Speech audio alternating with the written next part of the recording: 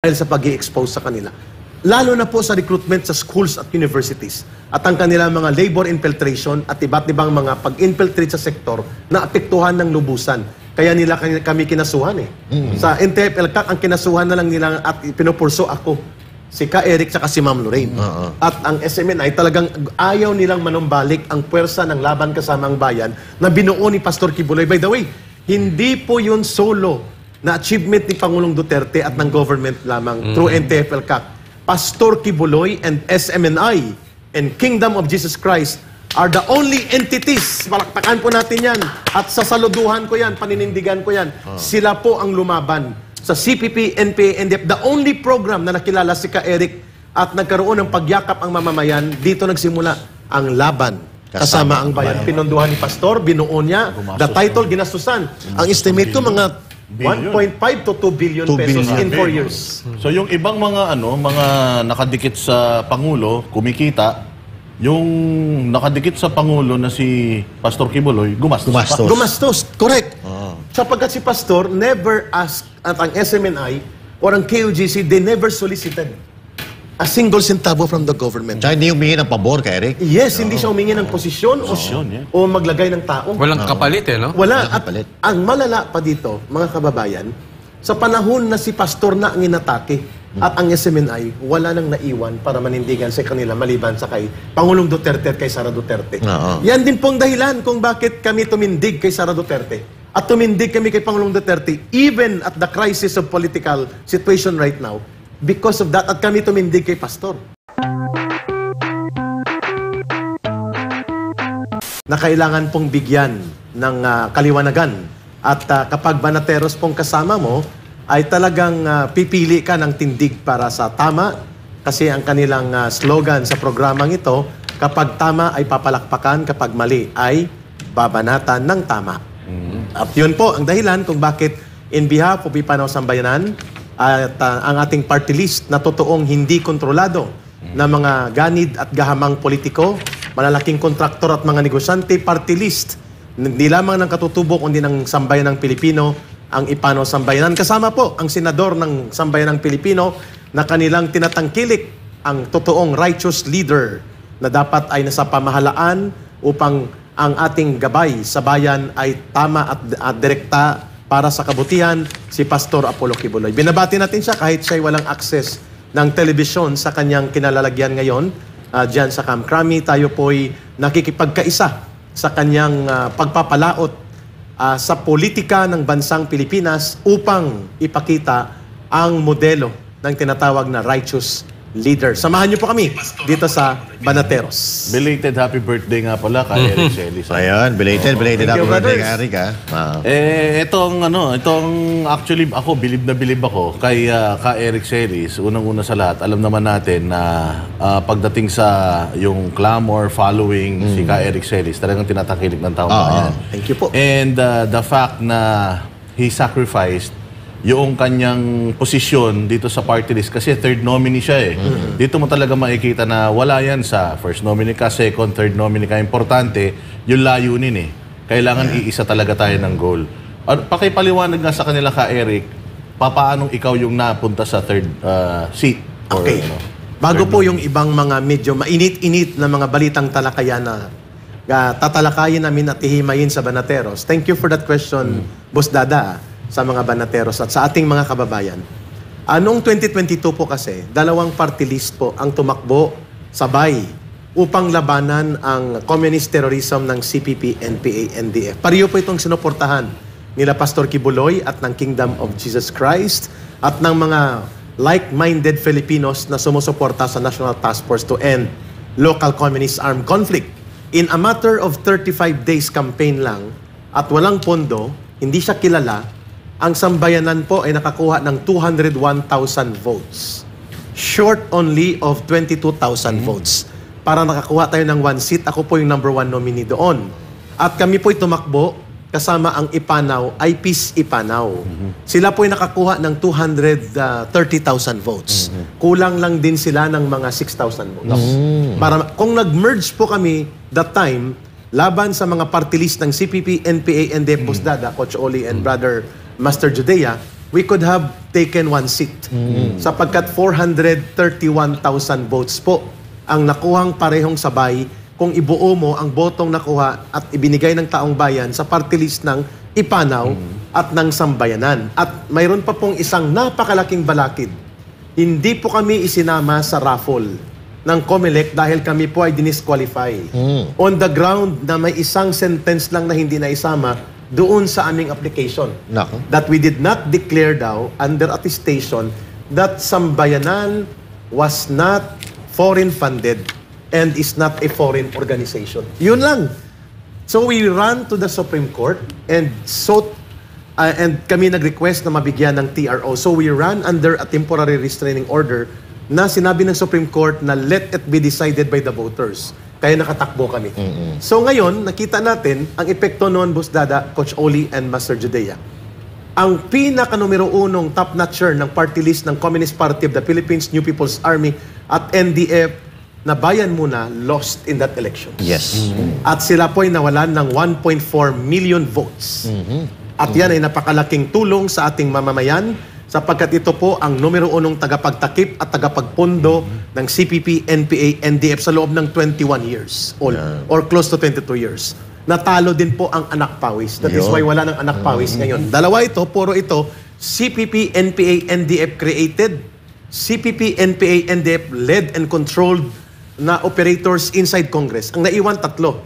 Ito yung umaatake kay Pangulong Duterte, kay Vice President Sara Duterte, kay Pastor Kibuloy, sa SMNI, at sa National Task Force to End Local Communist Armed Conflict at sa amin. Itong Kabataan NPA Recruiter Party List, nila Raul Manuel, itong Gabriela NPA Lover Party List, at ito pong Alliance of Communist Teachers, kung saan ito po ang sumisira sa magandang naging performance ni Vice President Sara Duterte sa Department of Education. Ang tatlong ito ay survivors ng aming operations laban sa kanila, kami ng Ipanaw at ng Sambayanan. So, ngayon, nakita namin, Boss Dada, doon sa tanong mo, Coach Oli and Master Judea, bakit kailangan namin mag-merge? Exactly because dapat hindi na po makabalik ang CPP, NPA, NDF party list. And they have been amassing around 900,000 votes.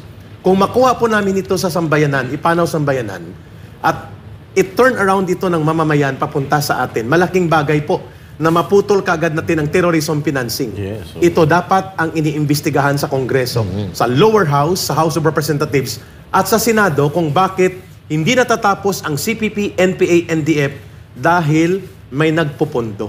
At ang isang pundong pinanggagalingan po ay ang Kongreso. That's the reason na pumayag po ako. Kahit mag-number 3 ako, kasama si Ma'am Lorraine at si Attorney Busantog sapagkat ang party list na na-register ngayon sa COMELEC ay ang Ipanaw. Yun. So ang Sambayanan po ay hindi nakakuha ng favorable Supreme Court decision after the elections. Samantalang ang Ipanaw nakakuha. But there was a change of name in registration kaya Ipanaw Sambayanan. At tama po ang punto mo, Boss Dada. It is not about ka, Eric. It is not about Attorney Busantog or Dr. Lorin Badoy or any other nominees. It is about the mission. The mission is very clear.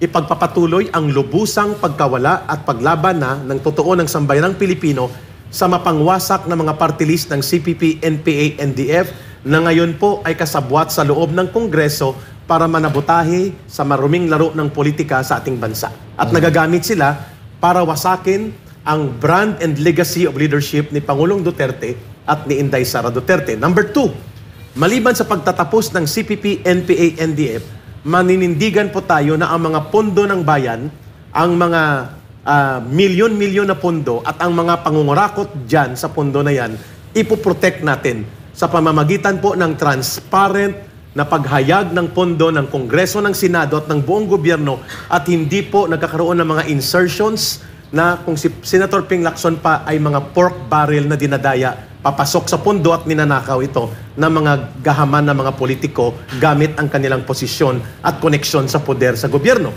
At ang pangatlo po ay magkaroon ng tunay na good governance. Exactly why we are happy that there is Pastor Apollo Kibuloy now joining into a righteous path, makatarungan at matuwid na landas ng politika sapagkat ang bitbit namin, kapareho kay Pastor Kibuloy, ay politika ng transformasyon, politika ng prinsipyo, at politika ng mabuting pamamahala.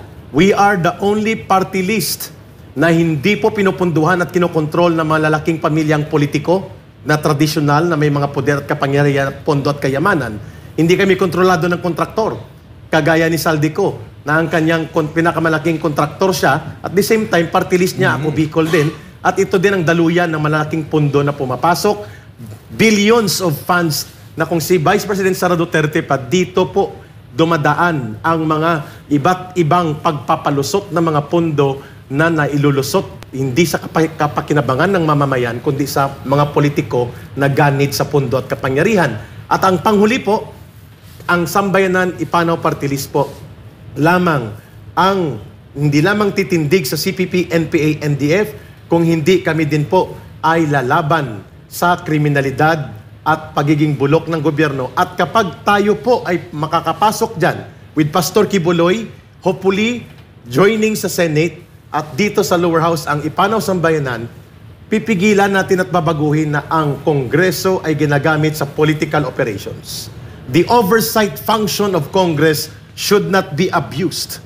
The oversight functions of Congress should be to protect the interests and welfare of the people and will not promote dirty political operations. Kagaya na nakikita natin ngayon sa Quadcom nila, na ang sinisira nila ay ang mabuting brand and legacy of leadership ng mga Duterte. We will also stop and call na dapat walang liquidation by certification. Kailangan po lahat ng single centavo ng Kongreso at ng Senado, kapag ikaw ay tumanggap ng pondo, ay i-audit yan at ipakita ang transparent accounting sa taong bayan. Pati ang budget proposal po ng bawat congressman at senador ay lantad na nadideliberate sa Kongreso. Hindi man yan nila papaboran, yun ang dapat tamang gawin. Yan ang tinatawag na righteous program of righteous political conviction na siyang binibitbit ng Ipanaw Sambayanan at binibitbit din ni Pastor Kibuloy. At siya lang po at kami ang may ganong paninindigan regardless ng aming mga kaibigan. Kailangan po doon tayo sa tamang prinsipyo, politika ng transformasyon at politika na nakaayon sa prinsipyado at mabuting pamamahala sa ating bayan. Okay. Alam mo, tugtungan ko lang itong sinasabi ni Ka Eric, no? Kasi ito yung sinasabi natin na hindi pa nangangako na gawa na. Kasi etong si Ka Eric, alam naman natin na isa rin sila sa mga naging dahilan kung bakit hindi nanalo itong mga party list na makakaliwang grupo dahil sa kanilang pagbubulgar. Tama. No? So, narinig natin na ipagpapatuloy itong mga gawain na naumpisahan ni Pangulong ng Administrasyon Duterte, kasama sila Ka Eric, sila Doc Lorraine Badoy, ay napakaganda. Pero, maganda itong ginawa nyo, Ka Eric, no? Pag-merge ng dalawang party list, ano? Dahil magkakaroon kayo ng mas malaking pag-asa dito. Pero, kung halimbawa, no, mabibigyan ng pagkakataon itong Ipanaw Sambayanan na magkakaroon ng upuan sa Kongreso, dito kasi sa Pilipinas, no, parang kinamuhumuhian na ang party list sa ating bansa, no. Ano kaya ang pagkakaiba ng Ipanaw Sambayanan party list dito sa mga party list na wala namang ibang ginawa, walang silbi, kundi mangotong or gawing gatasan ang pondo ng gobyerno? Ano ang pagkakaiba na gagawin ng Ipanaw party list? Tama. Kailangan po magkaroon ng malinaw na good governance program ang Ipanaw Sambayanan Party List. Kami po mangunguna na dapat ang bawat single centavo na nire-release sa bawat kongresista at mga party list included dyan, pati proyekto nila, ay nasa online, kayang i-access ng taong bayan, at dapat yan ay nakabukas ang mga budget at ang mga transparent and accountable ang kanilang budgeting and expenditures, at dapat matigil na ang Joint Senate and House Resolution number 10. Isa yan sa ikakampanya natin. Bakit? Ibig sabihin po kasi sa Joint House Senate and Senate Resolution number 10, kung binibigyan mo ang mga komunista at mga politikong sakim sa pondo ng tag 1 million a month, maliban sa sweldo at mga pondo at budget nila, bilang allowances and expenses and other operating expenses nila, Master Judea, Coach Oli, and Boss Dada, hindi nila kailangan i-liquidate at hindi nila kailangan ipakita ang pinagkakagastusan. Yan pong dahilan nakakapagbili sila ng mga mamahaling relo na tag 3 milyon ang isang relo. ang presyo, mga bag, na mga designer's bag, signature bag na tag-milyon-milyon, limpak-limpak ang kanila. Isa dyan, taga Marikina. Malinaw po na ito ay pinagmumulan ng gatasan. Tama ka dyan. So isa kami sa lalaban dyan. Ang ibig bang sabihin, hindi kami tatanggap ng pondo? Hindi po. Tatanggap kami ng pondo, pero dapat accountable, transparent, and publicly accounted ang pondo. Saan mo ginamit ang 1 million? Ano ang pinagkapuntahan yan? Anong pinagkagastusan yan? Because hindi namin pera yan. Yan pong isang crusade. Number 2, isusulong po namin na walang party list dapat na hindi susumpa sa COMELEC na lalabanan nila ang terorismo, ang CPP, NPA, NDF at lahat ng forma ng terorismo, communist terrorism at mga nagwawasak sa ating bayan bago sila maging kandidato sa pagkasenador o anumang posisyon including sa party list. There must be a COMELEC declaration na kapag hindi mo ginawa yan, automatic disqualified ang kandidacy mo. So, hindi mo kailangang baguhin, Master Judea at Brother Coach Oli and Boss Dada, ang Omnibus Election Code. Kailangan mo lang magkaroon ng COMELEC internal guidelines upon resolution or isang particular na batas na mapoprotect ang party list. Pangalawa, kailangan ang mga party list po ay may specific na mga program. Hindi po pwede na ito ay daan ng panluloko at backdoor. Halimbawa, ang isang party list dyan, speaker na siya, ang kanyang asawa party list pa, ang kanyang bayaw party list pa, at ang kanyang pamangkin congressman pa. Ang isa dyan, marami dyan kontraktor na, at the same time ang kanyang pamangkin may party list pa, sa Bicol din ito. Sa Iloilo, ganun din yan, mga kontraktor malalaki. Pampanga, meron Pampanga, ganun din. At halos mga party list, may nagtatanong nga, anong party list itong representation na ang kanyang title ay bakit yung nagbudots na senador? Sabi ko, yan ang party list na nagre-represent ng mga herbularyo, mga mangkukulam at mga mambabarang. Kasi yun ang pangalan niya. Ibig sabihin po, there must be a categorical declaration na kung ano ang sakop ng party list. At hindi po tayo papayag na ang party list ay maging pugad ng mga politiko bilang backdoor extension ng kanilang political power. This may not be popular, but this is the correct thing to do. I-reform dapat ang party list law. Number 2, ang mga malalaki at mga negosyante, kontraktor at politikong may poder at kapangyarihan at malalaking negosyo, dapat sila ay hindi direktang kasama doon sa party list representation. Number 3, kailangan po ang mga party list, hindi rin siya daan para pasukan ng mga infiltrators sa gobyerno. There are a lot of things to do about the party list law. Kasi nakalagay lang sa batas natin, Master Judea, ay sectoral representation 20%. Hindi naman sinabi doon na dapat sa party list election manggagaling yan. So i-review dapat ito upang hindi ito maging daan for backdoor extension of political power at magiging gatasan ng malalaking pamilya at negosyante at politiko at ng mga komunista. Isa po yan sa itutulak natin. At ang pangatlo at panghuli na nakikita ko dyan ay ang boses ng mga katutubo. And I think yan po ang totoong representation. At tumutugma po ito sa naging deklarasyon ni Pastor Kibuloy na siya po ang magre-represent ng good governance agenda sa Senado. At kapag nagkataon na ito po'y naranasan ng mamamayan na pwede palang magkaroon ng righteous leader at magkaroon ng righteous governance, ito po, Master Judea, Coach Oli, and Boss Dada, ay hindi malayong mangyari. So sa tinatanong nyo sa akin ngayon, ito ba ay doable? Yes. Pero ito ba ay passable? Yun po ay impossible. Pero ito ba ay dapat gawin? Dapat gawin. Correct. Magaling ano? Nagustuhan ko yung sinabi mo na yung manunumpa ka, bago ka tumakbo, manunumpa ka para nalalabanan mo ang terorismo. Yes. Yung armadong pakikibaka, yung terorismo at i-specify CPP, NPA, NDF, Abu Sayyaf, Ansar al-Khalifa, all those declared. Lahat ng mga... At kung hindi ka pipirma, you are not qualified to run. Dapat ganun. Kasi gobyerno tayo Kalaban natin ang mga rebelde. At diba? may gustong pabagsakin ng gobyerno. Pero sa tingin mo... Konektado yung gusto kong itanong sa'yo. Kasi ito, sinasabi mo yung mga pang-abuso, regularities na nangyayari, paggamit sa party list, para sa pansariling political na agenda. Sabi mo nga, kamag-anak, hindi makapaglaban sa isang distrito, so ang ginagawa, bumibili ng mga party list. Yes. Tapos sila yung mga tumatakbo, mga representante noon.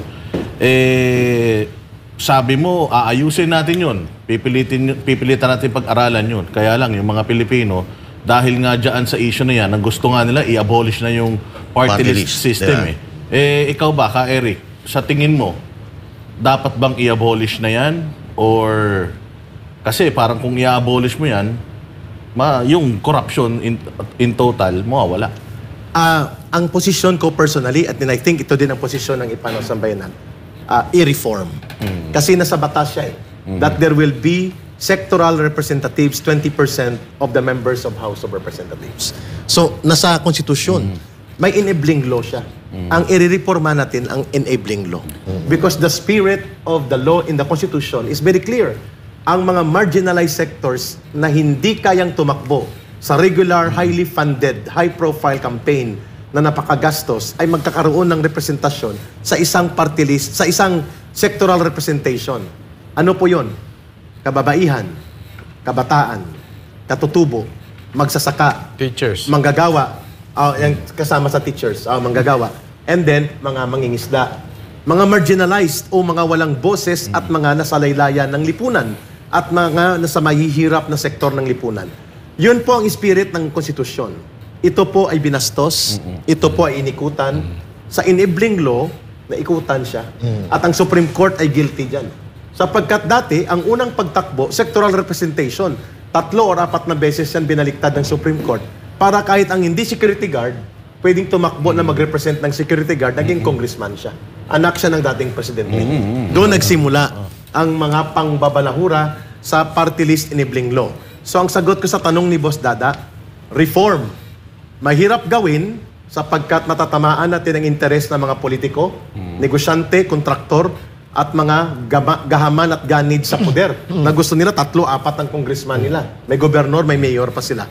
Subalit, hindi man yan maipasa kaagad, mamumulat natin ang mamamayan kung anong tama. Ibig sabihin, it is doable. It may not be passable inside Congress because of the tyranny of numbers, but it is the right thing to do, meaning gawin natin. Mas maganda na yung pinamumulat sa taong bayan para kung hindi man ngayon, sa mga susunod siguro na panahon. Kasi naisip ko rin yung kay Eric ngayon kasi kung pagbabasyan natin yung mga nangyayari ngayon sa ating gobyerno, mukhang hindi rin nila papayagan yung gusto natin mangyari, di ba? Yung political dynasty. Yan. Maghihintay tayo na tayo naman yung medyo may hawak ng gobyerno. Kasi ngayon parang iba kung makakabaliktaran sa nagdaang administrasyon ang nangyayari ngayon. Tama po. At ang punto ko lang naman, Boss Dada, Coach Oli and Master Judea, it does not mean na kung hindi maipapasa ka agad, ay magiging hopeless tayo. Ang ina-address ng aming legislative measures, sapagkat kongreso po ito, ay ang pagmumulat sa taong bayan. I think similarly, kahit yung magagandang layunin ni Pastor Kibuloy, sakaling bigyan siya ng pagkakataon at pagtitiwala ng mamamayan na maging isang righteous leader, righteous senator, ay mahirap niyang maipasa because of the tyranny of numbers. But kapag ito po ay na-discuss in public discourse, inaangat natin at minumulat ang mamamayan. And they become politically mature to understand policies and programs. Sila na maglalabi niyan. Correct. Yung taong bayan na mismo ang magpupush ng isang bagay kung alam nila na ito ay makakatulong sa atin at sa sambayan ng Pilipinas. Halimbawa lang, Coach Oli, Master Judea and Boss Dada, yung billions of funds na walang accounting na ibinulgar ni Pangulong Duterte. Travel fund, MOOE, certification lang. Bawal po yun. At kung binubusisi nilang budget ng executive, ng vice president, ng iba pang sangay ng ahensya ng gobyerno, ng PNP, ng AFP, bakit hindi binubusisi at pinapakita sa taong bayan ang budget ng Speaker of the House, ng Senate President, ng Deputy Speakers, ng mga kongresista? Anong budget nyo? Saan nyo ito ginagastos? Saan ito napunta last time? Correct. Those are things na dapat nating i-protect because iyan po ang pugad ng korupsyon. Ibig ko pong sabihin, mga kababayan, dito sa aming kasama ko sa mga banateros, ito po ang kaibahan ng Ipanaw Sambayanan. Principled, transformative, and anchored on good governance na uri ng agenda. It may not be successful, but it does not mean it is shooting star. Yes. Na ang pinupuntarya namin ay moon and stars. No. Alam namin na may tyranny of numbers, may lobbying, may mga masasagasaan, may mababangga ka, there will be compromises, but on the principle of the correctness of righteous and principled good governance, kailangan nating igiit ang tama. Yan pong hindi ginawa ng CPP, NPA, NDF. Bakit? Ang pinakamalaki pong nakikinabang ngayon para punduhan ng NPA at pikit mata ang gobyerno at hindi sila hinahabol ay ang CPP, NPA party list na 3 na naiwan that they should not be given any extension of their seat in Congress sapagkat bilyones na pondo na ang kinuha nila para ipundo sa terorismo nila. At mayroon pa silang kapal ng apog na magpatakbo ng 11 or 12 senatorial candidates. At ito po ang dahilan kung bakit nag-guest kami sa Banateros. Ito naman, Eric, bago natin pag-usapan yung bago mong may bago kang demanda, no? So, bago natin pag-usapan yan, meron muna akong itatanong at ito'y lagi kong tanong sa mga kandidato na nagiging guest namin. Sige. Boss Dada, pakisilip nga kung ano yung relo niya. Pati nga kung anong relos ni Ka-Eric. Rolex ata. Hindi. Ito ay regalo ng wife ko. 8 years ago pa. Giox. Giox. Ito po ay hinulugan.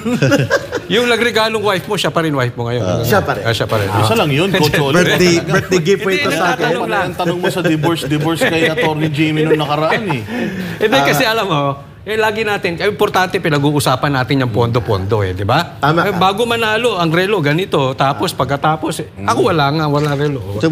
Maganda yun, Coach Oli, sapagkat dito sa SMNI sa Banateros, sakali man po na kami po ay palarin sa inyong pagtitiwala at pagtutulong, isa po yan sa dapat naming gawin. Every year, or every semester, 6 months, nire-review po ang aming salin. Ang aming worth, yung aming wealth, kung may wealth man kami, at net worth, correct. Sapagkat yan po ay tungkulin namin sa taong bayan. Gawin man yan o hindi ng mga kasamahan namin, wala kaming pakialam, hindi nakatali doon. Yan po ay mandato at obligasyon ng bawat public official na mamuhay ng simple at payak. At nakalimutan ni tanong ni Coach Oli. Maliban sa relo, dapat tinanong niya kung anong sapatos Yun, ni Ka-Eric. Islander si Ka-Eric. Islander. Sinelas mo ako. Nakatsinelas po. Susunod ko pa lang sanang itatanong kung ikaw ba'y bumibili ng mamahalin sapatos. Pero Ka-Eric, maganda yung sinabi mo halimbawa naman, nanalo kayo pero isang seat lang yung nakuha ninyo. At nakita mo, itong inyong representative ay bago relo. Nagbabago, biglang nagkakarilo. Tapos biglang may mga dealings na hindi kayo in-inform. Which is possible to happen. Which is very possible. Kasi lahat naman yan magaganda ang hangarin, pero pag nandoon na minsan, gusto nilang baguhin yung sistema, pero sila binabago ng sistema. Yun ang problema. Ikaw ba ay willing na batikusin kahit kasama mo? Yes, tama po. Sapagkat ang aming loyalty at mandato ay hindi nanggagaling sa aming kasama. Nanggagaling yan pangunahin sa mamamayan. Okay. So, ibig sabihin po, magkakaroon kami ng internal na pagpupunahan. Criticism. Kapag hindi po na-address yan, at kapag yan po ay nagkaroon ng iskandalo, kailangan po kami mismong manguna na mag-address. Okay. Agree ako kay Boss Dada. The house cleaning and the advocacy for good governance, especially against corruption and abuse of power and funds, should start within your organization. Agree ako. Tama. Ito Eric. Halimbawa, manalo ka. Kasi maraming ganyan Habang kumakandidato, tatapang. Di ba? Lahat binubusisi.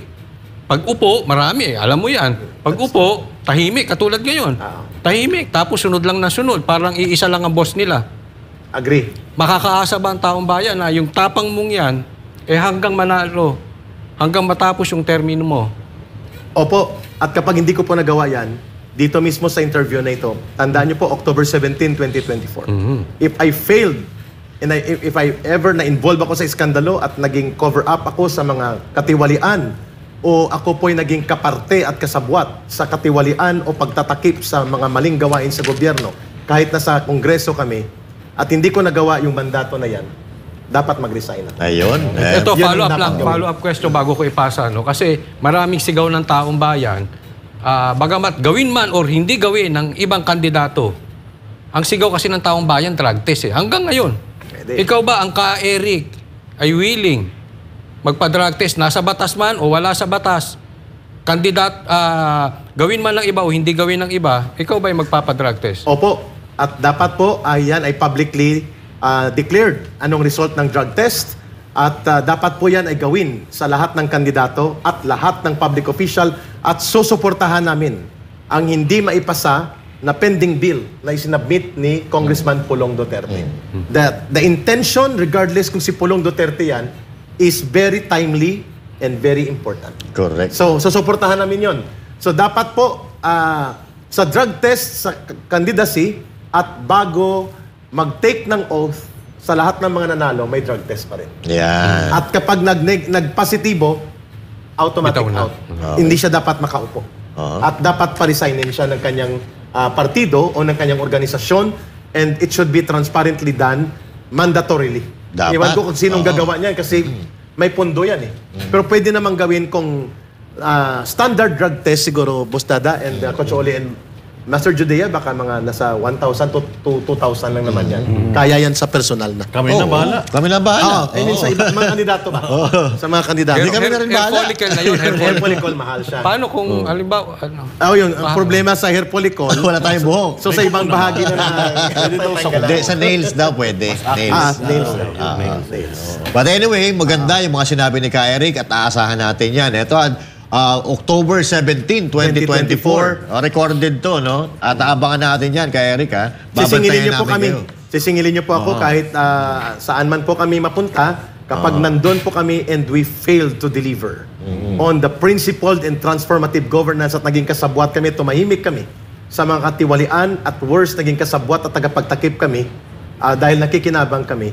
I-call out niyo po at automatic resignation po. Yan. Maganda. Pagdating naman ka, Eric, sa mga hearing na kinakandak ng Congress, ano naman po yung norms na babaguhin ninyo? Magandang punto ang binanggit ni Boss Dada. Naging biktima ka niyan eh. Opo, at ganun din po si Attorney Harry Roque, ang asawa niya. At marami pa. Kaya napilitan niyan si Garma na maging kwan eh. Isalba ang sarili niya at i-force siya na gumawa ng isang deklarasyon upang magdiin ng mga target sa political persecution, who is Rodrigo Duterte and the Duterte allies. Malinaw naman yun eh, kung anong nangyari doon. Sa tanong ni Boss Dada, mga kababayan, the oversight function of Congress does not warrant abuse and being part of persecution and dirty political games. Yun pong pinanindigan ni Congressman Marcoleta. Dapat nirerespeto ang karapatan ng mga tao at resource person, sino man sila, kapag nai-invite sila. Even in court, the rights of accused are being protected by the court in a proceeding of formal trial. Iyan, hindi naman po yan korte. Tama po, dapat ang oversight function ng Kongreso at Senado, hindi po dapat lumalagpas doon sa paglabag sa mga fundamental na karapatan ng mga mamamayan na ginagarantiyan ng konstitusyon. Number 2, hindi po dapat ito ginagamit para manikil, mang-abuso, at maglapastangan sa mga individual na tinatarget upang ipahiya o kaya ipitin, gipitin, bastusin, at lapastanganin po sila. Tama ka, Boss Dada? Tama po kayo, Banateros. Guys, naranasan po namin yan ni Ma'am Lorraine kung paano po ang SMNI at ang hearing na yon ay kinonvert into a systematic attack against press freedom and freedom of expression and against an independent media organization. At kung paano ginamit ni Hontiveros ang kanyang oversight function upang mag-persecute at mangbastos at mag-prejudge at magkaroon ng isang operation para wasakin ang pagkatao ng mga religious leaders to the point na binayolate na ang separation of state and power at ang religious freedom, hindi na kinilala. Ito po ay dapat matigil. There should be boundaries on oversight function. Number 1, dapat ang binabantayan kasi ng oversight function ng Congress, Brother Boss Dada, Master Judea, and Coach Oli, korupsyon ng gobyerno. Yan. Iyan pong una niya. Number 2, kung tama o hindi ang ipinapatupad na programa ng executive o ng presidente pababa. At number 3, kung may mga nalalabag na mga batas o karapatan ng mamamayan na ang lumalabag, Estado. Yan po ang function ng oversight. Hindi po ito dapat parang isang korte na pwede ka magpa-aresto, magpa-detene. Lalo na po, i-call out natin itong mga talagang abusado dyan sa Kongreso. Si Johnny Pimentel, si Stephen Paduano, ng party list na dating NPA ito, At kung AGK ang pag-uusapan, ito may ang grupo nito, isa sa may pinakamaraming pananagutan sa extrajudicial killing. Aboy, expert. Sino? Si Paduano. Ng Padcom. So lahat po sila ng mga ito, hindi po yan allowed na labagin nila ang mga karapatan ng mga individual na nakasaad sa konstitusyon. Mantakin mo wala kang kaso pa, ikaw ay kukulong. At sasabihin nila na makakalabas ka kung kailan namin gusto. Kung kailan matatapos. At kailan matatapos. At kung kailan nila sasabihin na pwede na. That is a fundamental attack to the rights of people. Birthright po ang right to liberty and freedom. Hindi po yan pwedeng sagkaan, labagin at lagpasan at sagpangin ng isang ahensya ng gobyerno. At nakakalungkot po na yan ay nangyayari ngayon. Hindi po yan pinayagan ni Pangulong Duterte na mangyari sa panahon niya. Correct. And even in previous presidents, we have not seen that kind of abuse and overreach of oversight functions in the guise of oversight na kunwari nagre-review sila ng mga government programs and policies, pero ang ginagawa na nila ay sobra pa sa kapangyarihan ng korte.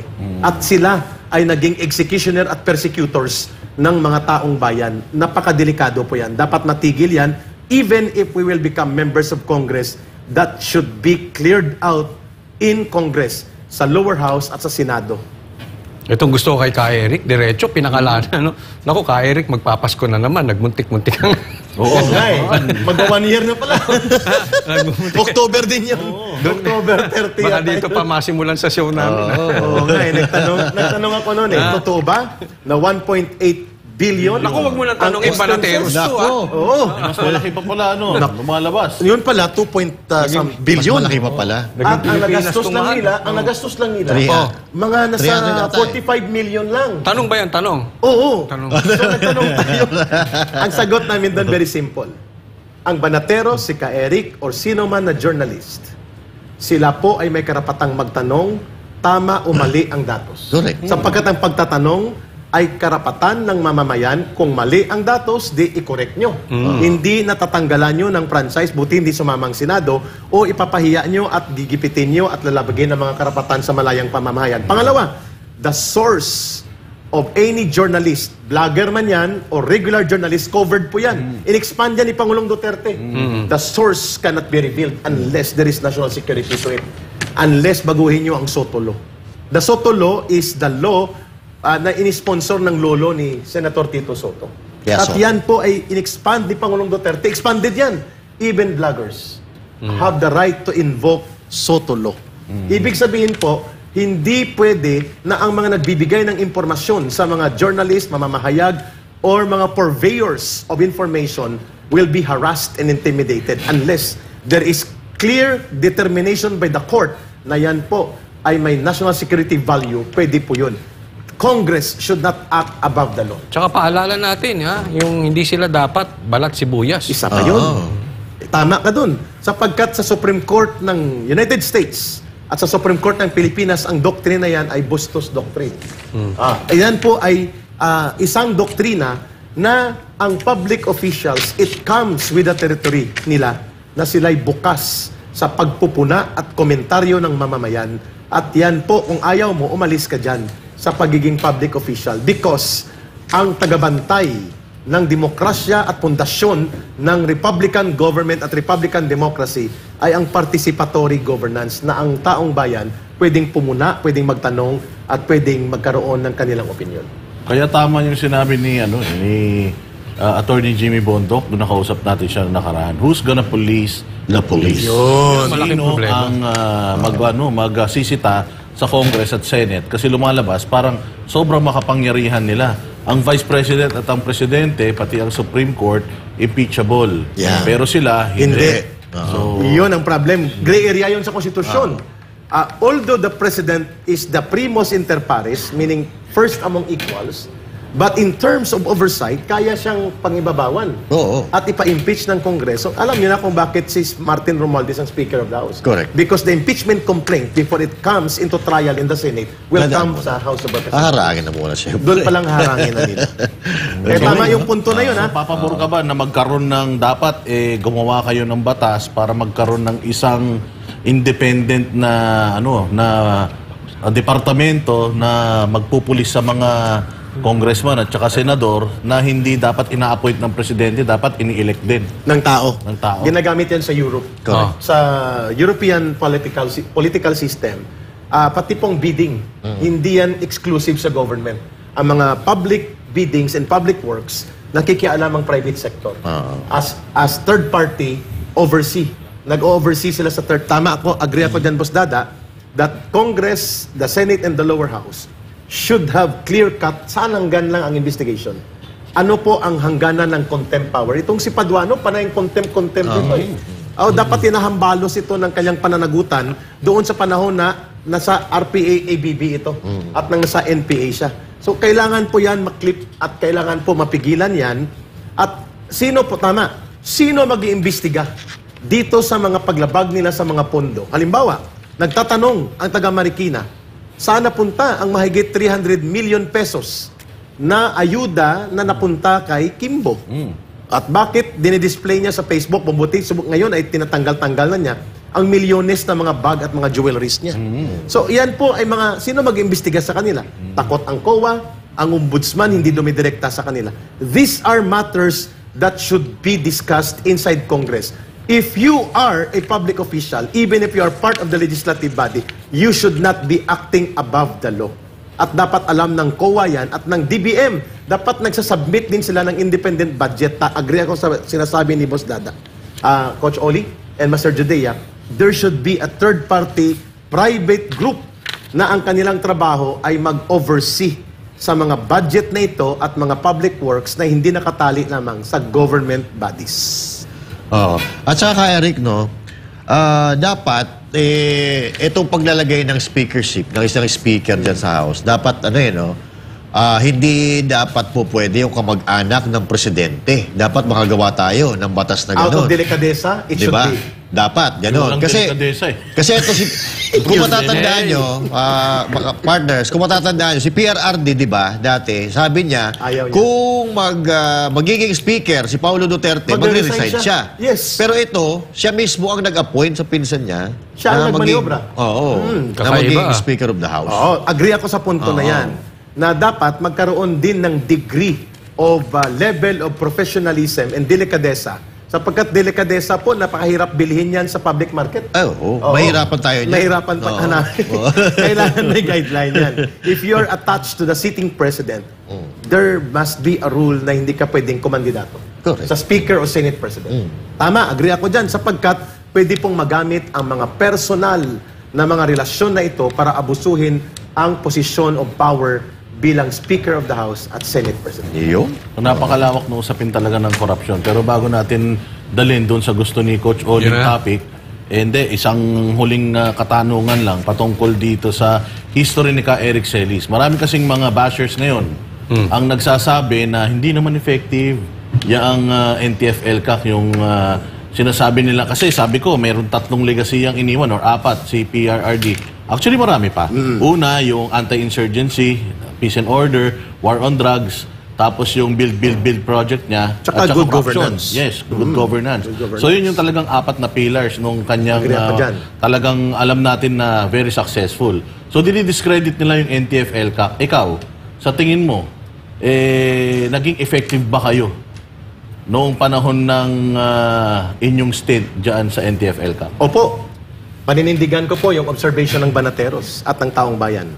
Nang pumasok si Pangulong Duterte, Mindanao lang sa Southern Mindanao, Region 11 ito, ang guerrilla front dyan ay umaabot ng 16. Ang NPA dyan, as of 2017, January na nasa Eastern Mindanao Command ako as consultant nila. Nakikita ko ang report.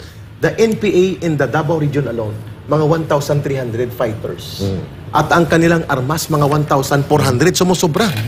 At ang kanilang mga guerrilla front ay magkakadugtong. Walang area dyan na walang NPA sa Davao. Sa Northeastern Mindanao, mayroon silang mga humigit kumulang ay mga aabot siguro sa mga mga 800 NPA to 900. Ito yung mga Caraga region. Din Bukidnon, Misamis, na mga area, mga 700 ang mga NPA. So sa Mindanao lang, dito lang na area, hindi pa kasamang Zamboanga at ang Cotabato, umaabot na sa mga 5,000 ang NPA. Ay, grabe, no? So, Dami.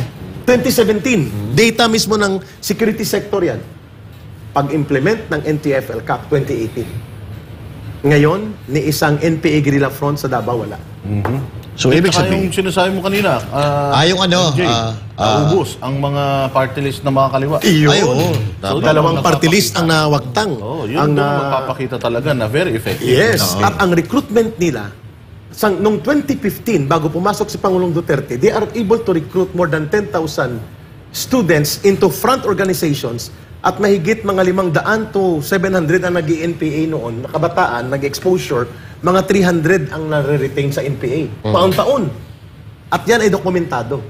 Nang pumasok ang NTF-ELCAC na sinasabi ng CPP, NPA, NDF na nang-red tag, ini-expose ang kanilang mukha, ang kanilang operation, ang kanilang doktrina, ang kanilang modus operandi, ang kanilang recruitment by the first 2 years ng NTF-ELCAC nag-drop by 70%. Malaki yun. Ito kaya, Rick. May balita ngayon na tuloy-tuloy na naman daw ang rekrutan sa mga schools. Yun ang nakakabahala. At Totoo kagabi ba? lang nakatanggap ako ng message sa UP Los Baños at sa UP Diliman at sa Polytechnic University of the Philippines, muli pong nanumbalik ang mga organizers. Nabubuhayan na. Naku po. Nabubuhayan. Through the party list na pinupunduhan ng Kabataan Party ang kanilang mga movement. At may mga organizers sila. Meaning to say, Coach Oli, Master Judean Bosdada, there were around in the Philippines mga 92 guerrilla front. Pag sinabing guerrilla front, provinces and barangays ang sakop niyan. Out of 92, nang bumaba si Pangulong Duterte, ang naiwan lang, I think ang na-clear na mga 88 or 89, ang naiwan mga 3 or 4 lang. Wala na sana. At ngayon, paubos na ito. Ubos na. Oo, pagbaba niya noong 2022, 2 years ago. At ang NPA na mga almost 10,000, nang bumaba si Pangulong Duterte, NPA armed regulars to Hindi pa kasama ang mga local militia, yung para mga kafgo ng NPA sa baryo. Mga poste-poste Yung mga tawag. poste nila at mga underground organizations. Mahigit kumulang po ay 90% ng NPA nag-surrender, namatay o na-neutralize. At ang kanila mga underground mass organizations, mga 90% na wala. At ang recruitment bumagsak by 90%. Ibig sa at ang party list nawalan sila ng mahigit 2 milyong boto dahil sa pag-i-expose sa kanila. Lalo na po sa recruitment sa schools at universities. At ang kanila mga labor infiltration at iba't ibang mga pag-infiltrate sa sektor na apektuhan ng lubusan. Kaya nila kami kinasuhan Sa NTF-ELCAC, ang kinasuhan na lang nila at pinupurso ako. Si Ka Eric at si Ma'am Lorraine. At ang SMNI talagang ayaw nilang manumbalik ang puwersa ng laban kasama ang bayan na binuo ni Pastor Kibuloy. By the way, hindi po yun solo na achievement ni Pangulong Duterte at ng government lamang through NTF-ELCAC. Pastor Kibuloy and SMNI and Kingdom of Jesus Christ are the only entities, palakpakan po natin yan, at sasaluduhan ko yan, paninindigan ko yan, sila po ang lumaban sa CPP, NPA, NDF, the only program na nakilala si Ka Eric at nagkaroon ng pagyakap ang mamamayan, dito nagsimula ang laban kasama ang bayan. Pinunduhan ni Pastor, binuo niya, the title ginastusan. Ang estimate ko mga 1.5 to 2 billion 2 pesos billion. in 4 years. So yung ibang mga mga nakadikit sa Pangulo, kumikita, yung nakadikit sa Pangulo na si Pastor Kibuloy, gumastos. Gumastos. Gumastos, correct. Sapagkat si Pastor never asked at ang SMNI or ang KOGC, they never solicited a single centavo from the government. Tsaka hindi humingi ng pabor kay Eric. Yes, hindi siya humingi ng posisyon o maglagay ng tao. Walang kapalit Wala. Walang At kapalit. ang malala pa dito, mga kababayan, sa panahon na si Pastor na ang inatake at ang SMNI, wala nang naiwan para manindigan sa kanila maliban sa kay Pangulong Duterte at kay Sara Duterte. Yan din pong dahilan kung bakit kami tumindig kay Sara Duterte. At tumindig kami kay Pangulong Duterte even at the crisis of political situation right now because of that. At kami tumindig kay Pastor. Sapagkat naipakita nila tama si Master Judea sa sinabi niya, Coach Oli and Boss Dada, hindi pa nakapwesto na ipakita na sa gawa ang kanyang ang paninindigan. That is the reason naging successful po ang NTF-ELCAC because of information war provided for free for the last 4 years, close to 5 years dito sa SMNI. At ang programang Laban Kasamang Bayan, si Pastor kung Kasi bumuo niyan. grabe gumastos ang gobyerno natin sa Intel. Sa Intel. Pero ito free Intel. At hindi nila kayang gawin ng SMNI at ni Pastor. Bakit? Because there are limitations kapag nasa gobyerno ka. Pwede kang kasuhan sa human rights, kasuhan ka sa ombudsman. So ang mga military officers, ang mga police officers, hindi basta-basta makapag-expose. Correct. Pero dito kay Pastor, dahil pribado sila, pribado kami, We were able to do that with resources. Hindi po mapapantayan ng government media, ng state-owned media group, ng IBC, ng PTV4, ng mga media, ng Radyo Pilipinas, at ng Philippine News Agency ang ginawa ni Pastor Kibuloy at ng SMNI. Yeah. Yan po, hindi niya po ipinapakita, yan na parang naniningil siya ng utang na loob. Actually. But these facts must be stated so that the people will remember kung bakit may legacy na pinanindigan tayo kasama si Pastor at si Pangulong Duterte. And that's the reason na tumindig kami kay Bongbong Marcos Jr. Because in 2021, before tumakbo si Bongbong Marcos, ano ang sabi niya? Pagpapatuloy. Ay pagpapatuloy ko ang mga mabuting ginawa ni former President Duterte at ng kanyang gobyerno, including ang TFL-CAC, dahil sabi niya, why would you change something that delivers results Correct. and are successful? So ibig sabihin, unity, pero ang totoong pinanindigan ng mamamayan at kinilala siya doon sa continuity promise. Yun pong dahilan kung bakit kami na galit sa tatay niya noon at naging recruitment propaganda sa amin ang martial law sa panahon ng tatay niya, nanindigan kami. Biglang sumuporta kayo So sa kanya. dahil doon sa promise of continuity. So ano naramdaman mo? Biglang nag-pistoks. Ngayon, magpipistoks daw eh. Meron daw We are very frustrated. Sapagkat parang sinabi natin na knockout ng kalaban at wala na silang kapasidad pa na magbuo ng puwersa o mag-create ng terrorism, ng pinsala sa ating bayan at sa ating mamamayan. Imagine, more than 50,000 pong namatay sa labanan na ito for the last 55 years. Coach Oli, Master Judean Bosdada, mga banateros, mga kababayan, 30,000 po dyan, mga sibilyan, mga 20,000 pulis at sundalo. And then, patapos na, all of a sudden, may mga tao sa paligid ng current administration na magbebenta ng pistoks. Iyon. Na ang layunin ng pistoks ay para makarecover, makapag-regroup, at muli sila, strategize, at mapunduhan sila muli. Nakakatakot yan, Gary. Oo. Nakakatakot siya. That's why we are not against peace, but we are against a bogus pistoks. Magkaiba yun, ha? Para kami sa kapayapaan, pero hindi kami sa bogus na usapang pangkapayapaan. Kaya nga ang daming nadidismaya ngayon eh. Kahit yung mga Kali survey, di ba, na napapanood natin, gustong-gusto na nilang bumalik si Pangulong Duterte. Kasi ngayon parang nalalagay sa alanganin na naman ang kaligtasan ng mga Pilipino at kaligtasan ng ating bansa. Kasi hindi lang terorismo ang pwedeng manumbalik ng CPP, NPA, NDF at recruitment ng kabataan na wawala ng bukas at buhay dahil sa mapanirang recruitment ng CPP, NPA, NDF at ang ating lipunan na winasak nila. Pati po ang kinabukasan dahil sa droga at sa kriminalidad. Correct. Hindi po yan matatawaran. Rodrigo Duterte and his government, they were never perfect. There can never be a perfect government. But more than those imperfections, yung kahinaan at kakulangan o mga ilang pagmalabis noon, overall, i-rate mo siya between the rate. Kami sa komunista, may tinatawag kami noon na 70-30. Kapag 70% good and positive results, may 30% na negative, overall, success yan. Nanalo ka pa rin. Kay Duterte, siguro mga 15% lang yung mga may dapat kinisin doon. 85% of the anti-drug war na inilunsad ni Pangulong Duterte was timely. Pero nakita mo, necessary. ginagabang, ano? At ngayon, siya na lang naiiwan. At mabuti si Congressman Richard Gomez nagsalita, si Senator Bato nagsalita na rin, at kahit paano si Senator Bongo, narinig na rin natin.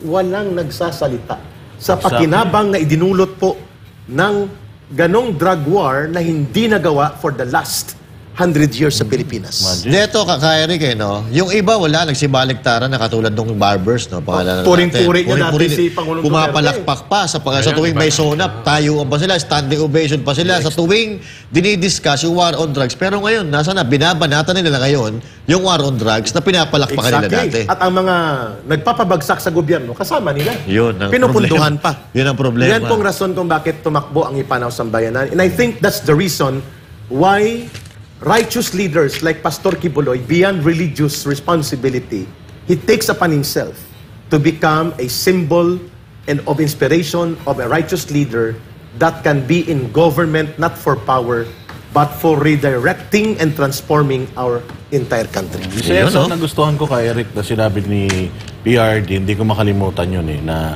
hindi niya sinasabing siya yung pinakamagaling na presidente, pero he wants to go out as the president who, kumbaga, did everything he can. At ginawa niya yon at the expense na siya ay babalikan.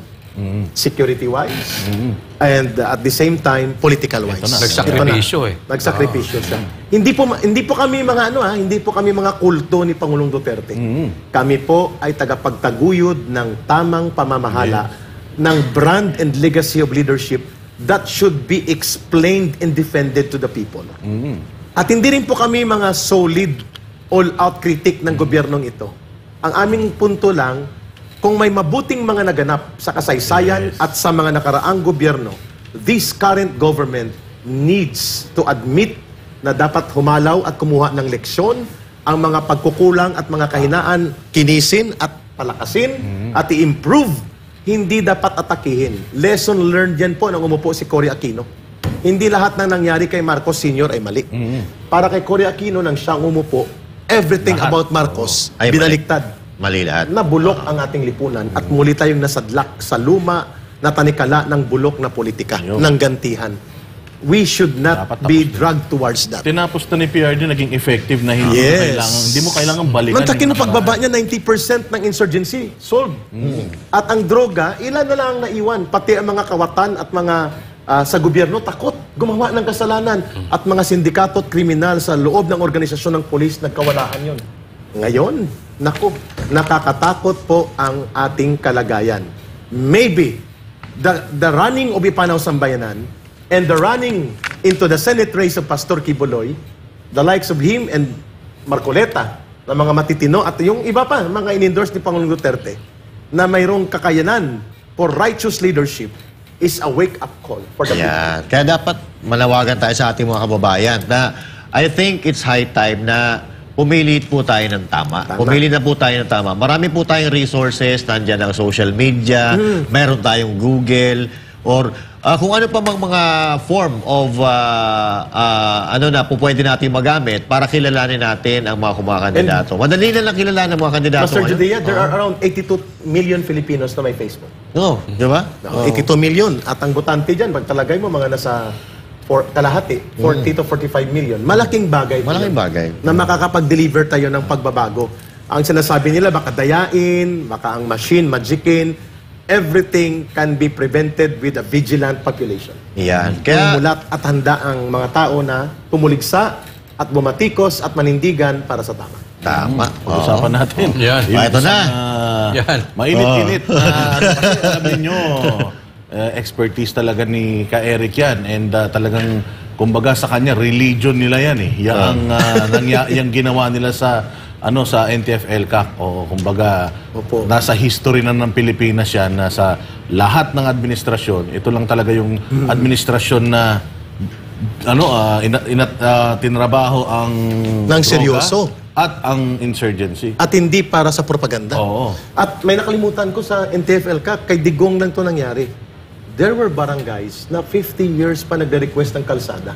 With NTF-ELCAC Barangay Development Program, doon lang nagkaroon ng kalsada. Imagine. 50 years na nagre-request. Correct. Ang putik kapag umulan, lagpas tuhod hanggang Baywang yun. Sa mga Samar, dito sa mga boundary ng mga Rizal, Yan. at mga Bulacan, mga papuntang Sierra Madre, nagkaroon ng ilaw, iskwilahan, at higit lalo pa, na bulgar sa buong mundo at buong mamamayan kung anong totoong mukha ng mapangwasak na CPP, NPA, NDF, never done before in any administration before the term. So, ang dami na itulong nila Ka-Eric sa bayan natin, no? Pero bakit ganun? Yung mga tumutulong, bakit parang Galit sila sa tumutulong. pinipersecute? Mainit na mainit. Mainit pa. Si Pastor nakakulong, hindi ko ma-imagine. Pastor nakakulong. Tumulong sa bayan. Tapos eto na naman, may bago na naman. Mainit na mainit, kakalabas lang. Yung sedition case na ibinaba or isinampa Sa DOJ pa. sa Department of Nasa Justice. DOJ pa yan. Sa inyo o sa atin lahat, Oo. ano ang masasabi mo? Sedition eh. Dalawang kaso yun, Boss Dada eh.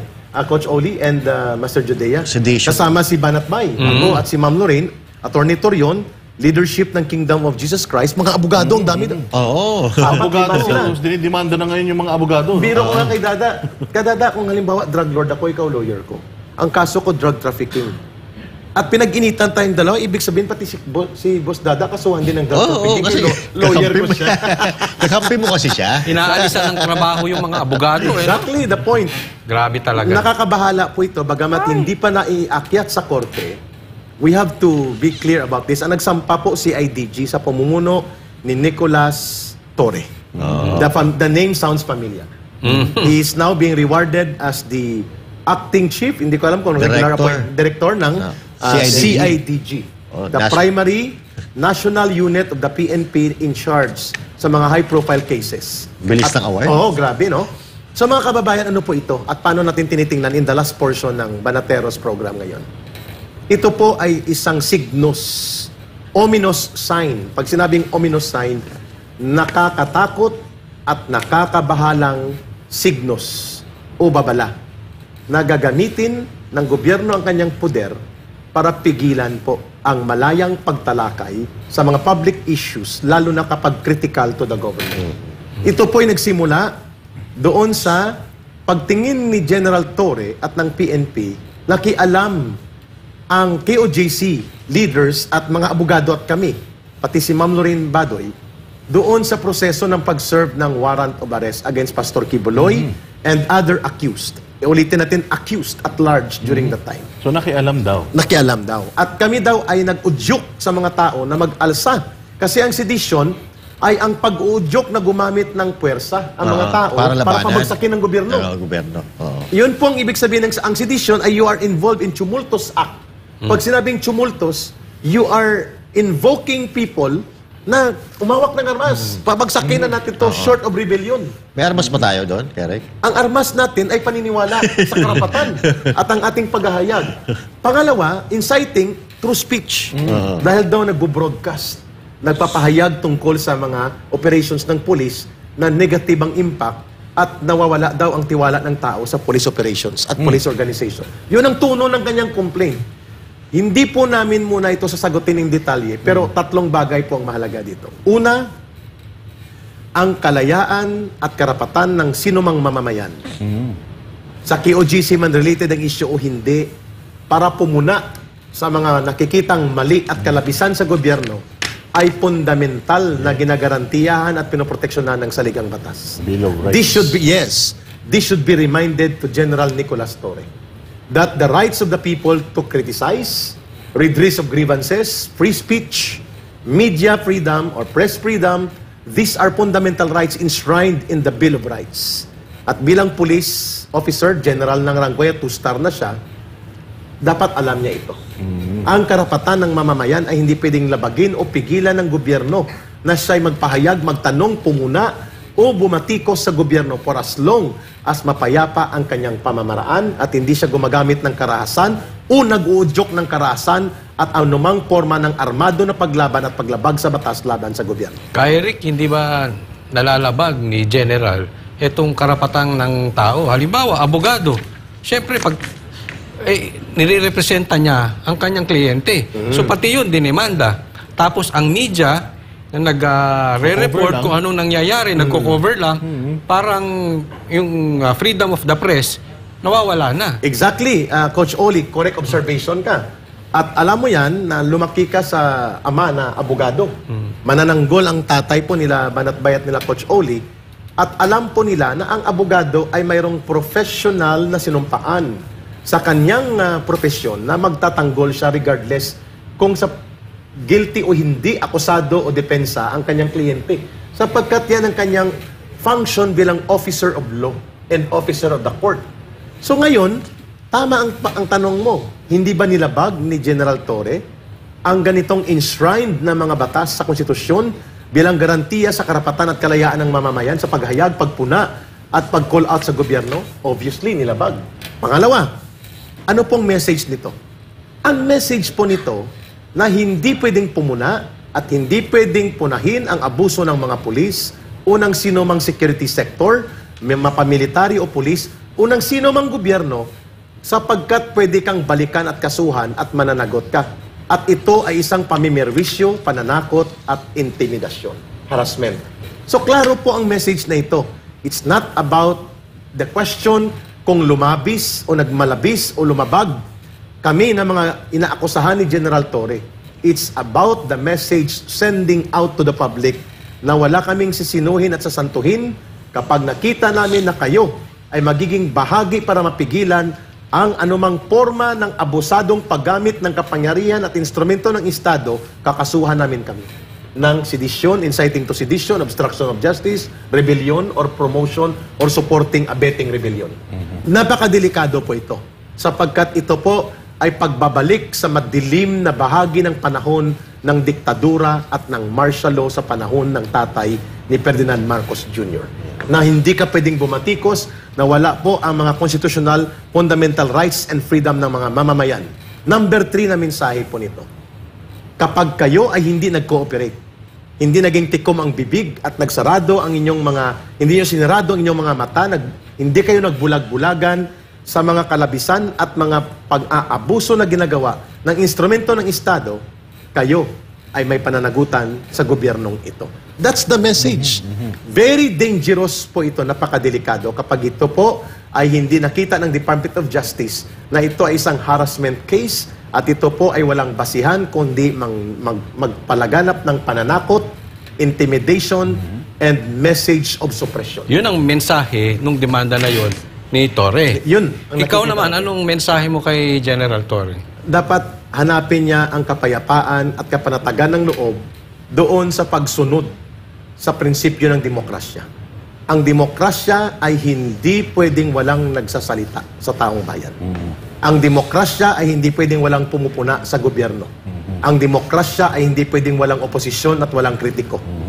Yun ang dapat niyang balikan. Yan. Dahil siya ay police officer at general ng ranggo niya. Pangalawa, ang panawagan din natin sa kanya, hindi po automatic na kapag pumupuna, bumabatikos, nagko-call out sa gobyerno, nagrarally, nagpoprotesta, nagkakaroon ng mga negative na mga pagtingin sa programa at patakaran ng gobyerno, ay itatrato nyo na kapareho sa mga rebelde at mga terorista. Magkaiba po ang CPP, NPA, NDF at mga terorista. Ang layunin nila ay gamitin ang mga freedom of the press at freedom of expression para sila po ay makapag-agitate at makapag-radicalize ng mga tao para pabagsakin ng gobyerno at agawin ang kapangyarihan sa gobyerno through violent uprising and violent revolution. Hindi po yun ang ginawa namin. Kami po'y pumuna ng inyong sinaktan ang mga sibilyan, kabataan, kababaihan. Kayo po'y naghukay at winasak ang private property, hindi nirespeto ang religious compound, hindi nirespeto ang mga cathedral, ang sanctuary of faith, hindi nirespeto ang school as a zone of peace, hindi nirespeto ang private property, at ang mga sibilyan ay ginawang hostage laban sa pag-serve ng warrant of arrest sa kanilang mga leaders. These are matters of public interest na kailangang punahin, talakayin, at kailangan magkaroon ng posisyon. Yun pong ginawa namin. Pati kami sa Banateros. O bakit kami kakasuhan? Sapagkat kami po ay hindi pumayag na ang instrumento at poder ng gobyerno, including Philippine National Police, will be used to abuse the rights of the people. At yan po ang punot dulo nito. Gusto nila General Torre at ng kanyang mga boss. Alam natin, hindi niya lang ito desisyon eh. Kinonsulta niya rin ito. At pinunduhan ito na operation. Gusto nila na walang babatikos, walang magsasalita, at walang pupuna. Kahit pa nilalabag na at nilalapastangan ang mga karapatan ng tao at ng mamamayan at mga sibilyan. Hindi po kami papayag dyan. Sapagkat kapag kami po ay pumayag na tumiklop at matakot at hindi na kami magsasalita sa pamamaraang tama ayon sa batas, hindi sa pamamaraan ng pag-incite ng violence, ang demokrasya at kalayaan ay mawawala sa ating bayan. The price of freedom, General Torre, is vigilance. And that was what we do. And that is what we are going to do. Magmamatyag at magbabantay kami. Kung ikukulong kami at paniniwalaan ito ng korte, pero taon pa itong abutin eh. Pag umakyat man ito, bailable naman ito, kailangan pong harapin namin ito. Because the price of standing up for freedom includes yung pagkakaroon mo ng problema, pamimerwisyo sa'yo, at pati na minsan mawala ang buhay mo sa'yo. Correct yan. Tama yan. Tama yan. Napaka ano yan. Pero in fairness kay, kay General Torre, O in fairness sa kanya. Kasi marami siyang mga statements, kahit sa Senate, sinabi niya na makapal naman ang balat ko. Kumbaga sa itim ng balat ko at kapal ng balat ko, hindi ako magfa-file ng mga kaso, sabi niya. Pero in fairness to him, yung mga final naman niya na kaso ngayon, konektado naman dun sa proseso nung kanilang pagpa-file yung Serving of the warrant. ng warrant ng mga akusado dito sa Kingdom of Jesus Christ na tumagal ng 16 na araw. Tapos nahuli daw nila si pastor na hindi niya alam. Yun lang naman yung yun lang naman yung mukhang nasaktan siya doon Kasi may mga nag-commentary. He was thinking na ina-undermine ang kanyang authority at ang integrity ng kanyang command leadership. Hindi ba dapat? But the people, you cannot prevent them from making judgment. Because sa 16 days na yon, nasasaksihan nila kung paano niya ginawa ang mga pagmalabis, paglapastangan sa proseso ng batas to the point of using the law in order to violate the laws and exclusively para bastusin at apakan ang mga probisyon ng pinakamataas na batas sa ating bansa, ang konstitusyon. So yun nga, in fairness, hindi siya nag-file ng mga usual na fina-file ng mga congressman Libel. sa mga kritiko nila, yung mga libel, isa pa defamation, yun. di ba? So, Ito may connection. Konektado siya doon sa nangyari. Paano, hindi, tsaka alam natin na talagang may mga nag-uutos dito. May meron. orchestrated to ng Sino sa administration. tingin mo? Sa tingin ko, administration pa rin. It may not be directly from the president. Minimum, it has come from the Of their office of the circle. CPNP. From their circle. Sa Kasi KPNP. ngayon, nakakulong na kasi si Pastor Apollo Quezon, isang tao na lang yung nakikita kong gigil na gigil pa rin Oo. Tumatakbong senador. Oo, isa yun. Gigil na gigil Yung pa hindi rin. mananalo. May billboard ba yan? Yung billboard niya, kalaban. Kalaban at so doon yun yung nakikita natin Kalaban ng criminal Hindi naman na siya boss. Sikat may billboard. Hindi naman na siya boss actually ni Ni Torre. dahil napalitan na siya ng mas magaling na DILG secretary. Yung Remulla. Gobernador ng Cavite. Si John Vic. Tingnan natin kung ano yung mga development. Yan. Kasi nakita natin, alam din ng mga Pilipino na yung dating DILG secretary artista.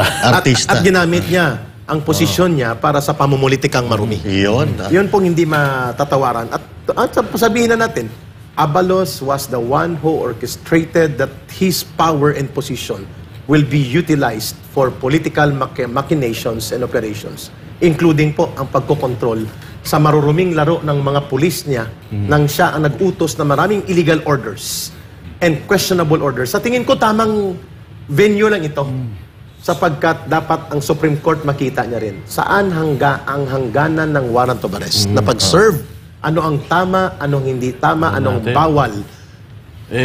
Katulad ng sinasabi, akala talaga niya na mananalo siya. Isa-isahin natin. Mindanao. Sigurado, Lampaso. Sigurado, mahirapan siya dyan.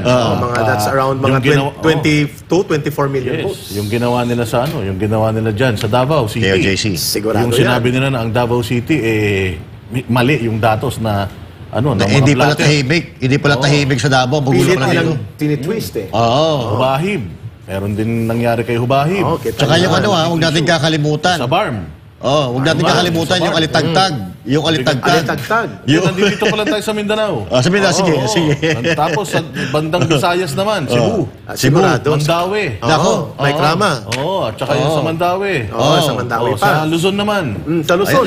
Hindi, Visayas. Si Teves. Si Teves. Meron Isa pa din yan. yun. Sa Luzon. At sa Luzon naman, malinaw Bantag. yung Bantag, Alitagtag. Alitagtag. Tapos etong si Governor Mamba. Ayun, isa pa yun. Cagayan. So Luzon, Visayas, Mindanao, naperwisyo nyo ha. At mukhang bulilat siya eh. Baka kahit 36 ang senators na kailangan, hindi manalo ito. Kaya lalaki ng billboard. Baka sakaling baka sakaling. Pero maganda ng billboard kasi parang isang malaking paalala Isang parang promotion. Promotion. Kalaban. Kriminal. Dapat, alam mo, paggalitan niya yung hindi utak niyan. Ng kriminal. Kaya talaga Hindi makita yung promotion, parang promotion ng promotion ng isang sitcom. Sa TV. Parang gano'n. At kung sa malayo na makita ng mga netizens at ng mga mamamayan, nilagyan nila, at last, nagkaroon ng tamang mensahe ang billboard. Yung Pero billboard gusto ko muna tanungin yung ating mga manunood.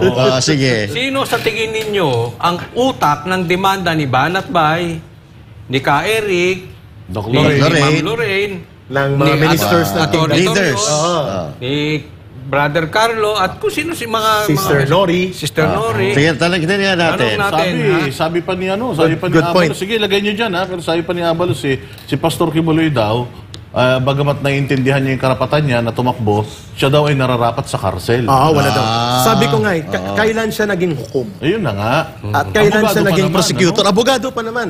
Hindi ba niya alam na every person, regardless kung si Pastor Kibuloy, is presumed innocent until proven otherwise Yes. in fair and competent trial. Wala pa ang trial. Oh, yan Ibalik mo nga ang lisensya mo sa pagkaabogado, nakakahiya. Oo. Kasi mantakin mo, di ba? Abogado ka pa naman yung presumption. Guilty of na si innocence. Pastor? So, hindi mo naiintindihan. Ayan na, bumubuhos na naman ang ano natin Hindi, dito. may bumubuhos. Ang akala ko tambaluslos. May salitang tambaluslos. Hindi. Wala to connection. May salitang tambaluslos. Nagra-rhyme eh. Ang lumalabas tambalos. Ano yung tambalos? Bago na naman ba yan? Ang tambalos kasi, parang kung sa lingwahe po sa tambay, yung tinatawag nating street language o colloquial, walang kwentang tao. Yan. At puro kabulastugan ang ginagawa. Tambalos. Kaya tambalos. At puro kapakinabangang pansarili at kabulastugan laban sa tao. Ayun, Yun ang ibig sabihin ng May tambalos. nagagalit. Isa sinasabi nila dito kung sino may pasimuno. Oo. Isa Nagagalit si Sir Carlo. Anyway, Sir talaga Carlo. ano na, kailangan talaga, wala, hindi na tayo makapag-extend, mga bossing. Ang Bagaman ganda na ng Banateros, napakasarap talagang kausap na ito ni Eric Thank you, at nila Boss Dada. Doc Lorraine Badoy. Malay mo naman, sa mga susunod na araw, makakasama natin ulit si Ka Eric. Ay, pero ang ganda ng Master Judea, ng atmosphere dito, pagpasok pa lang sa SMNI. Oh, The Pasko, spirit of Pasko na. Christmas, reconciliation and healing ay mararamdaman. Yan. At Master Judea. At syempre, bago tayo magtapos, para naman sa ating Christmas countdown. Yeah. 69 days. Ay, favorite ni Coach Olian, 69. 69, paborito mo daw yan, 69. 9 days na lang. Ha? 69 days, Pasko. Ayan, Yan sinasabi na Ka Eric na Pasko ang ano dito sa... Paskong Pasko sa SMNI po. At dito po namin naramdaman, no? At makikita nyo po, nag-iiba po ang editorial Hindi ka ba lines. napophobia sa Pasko? Muntik na eh. Hindi ka na magpasko sa Anong sabi ni Pimentel? Huwag niyong ilabas yan. Doon yan ikulong sa Quezon City Jail. Muntik ko nang sabihin kung ano ibinigay sa NPA. Ayun, ako po. Oo. But anyway, Ka Eric, nabis namin itong mga ganitong usapin natin, pag-uusap-usap, katulad na nangyari Hanggang sa Davao. muli. At hanggang sa muli, ano? Marami pa sana eh. Marami pa tayong Actually, marami siyang kwento na hindi pwede rito. Hindi May pwede. mga message pa to eh sa akin. Hindi na pwede rito. Hindi na pwede. Marami sa atin eh. Anyways, Ay, ipanaw pero party list, ililinaw namin we will never campaign against any candidates. Lalo na po ang malalapit kay Pangulong Duterte, makikipag-aliado po ang Ipanaw Sambayanan dyan. Yun. At pangalawa po, mga kampanya kami against sa mga hindi karapat-dapat na maluklok sa poder, lalo na sa Senado. At isa po yan, yung nagbi-billboard at nagsasabi na guilty na si Pastor at walang karapatang tumakbo sa pagkasenador. At pasimuno ng mga paglabag at paglapastangan sa karapatan ng mamamayan at ang paggamit sa Philippine National Police bilang parang private armed group nila nung Sino panahon yan? na yun. Sino eh? At iyon po ang nagbi-billboard na pinagtawanan.